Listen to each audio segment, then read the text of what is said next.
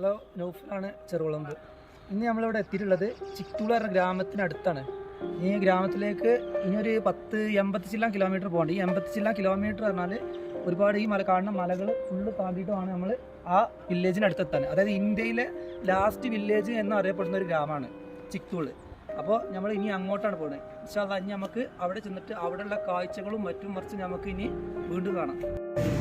നമ്മളെ മോർണിംഗ് ഫുഡാണ് മറ്റേ റൊട്ടി ഡാലും.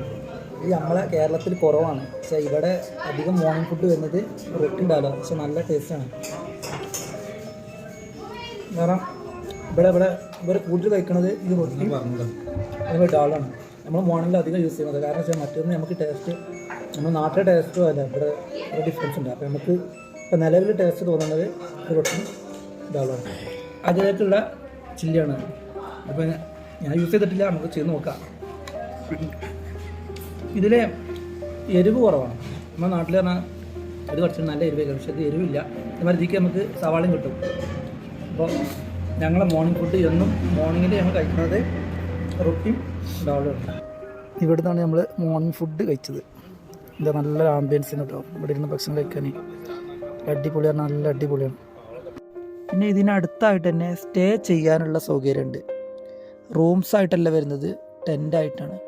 ടെൻറ്റ് നമുക്ക് റെൻ്റായിട്ട് എടുക്കാൻ, നമ്മളെ കയ്യിൽ ടെൻറ്റ് ഉണ്ട് എന്നുണ്ടെങ്കിൽ നമുക്കവിടെ സ്റ്റേ ചെയ്യാനുള്ള സൗകര്യം അവർ ചെയ്തു തരാമെന്ന് പറഞ്ഞു. അപ്പോൾ ഇൻഷാ അല്ലാഹ് നമ്മൾ ഈ ചിക്തൂൾ പറഞ്ഞ ഗ്രാമം വിസിറ്റ് ചെയ്ത് തിരിച്ചു വരുമ്പോൾ എന്തായാലും ഒരു 10 മണി 11 മണി എന്തായാലും ആവും. അപ്പോൾ ഇൻഷാ അല്ലാഹ് ഞങ്ങൾ ഇവിടെ സ്റ്റേ ചെയ്യണം എന്നാണ് ഉദ്ദേശിക്കുന്നത്. കാരണം നല്ല ആംബിയൻസും കാര്യങ്ങളും എല്ലാം പക്കയാണ് ഇവിടെ. പിന്നെ ഒരു വില്ലേജ് കാണാനിടയായി. ആ വില്ലേജിൽ അവർ കൃഷികൾ കാര്യങ്ങൾ ഫ്രൂട്ട്സ്, അതുപോലെ നെല്ല്, പിന്നെ ഈ പശുക്കളെ വളർത്തുക, അങ്ങനെയാണ്. അതൊക്കെയാണ് അവിടെ കണ്ട രീതികൾ. കാരണം ആ പശുത്തൊഴുത്തൊക്കെ കാണുമെന്ന് പറയുമ്പോൾ മണ്ണ് കൊണ്ട് ഉണ്ടാക്കിയൊരു തൊഴുത്താണ്. നല്ല ഭംഗിയാണ്. കാരണം പണ്ട് കാലത്തൊക്കെ നമ്മൾ ഒരുപാട് കണ്ടിരുന്നു.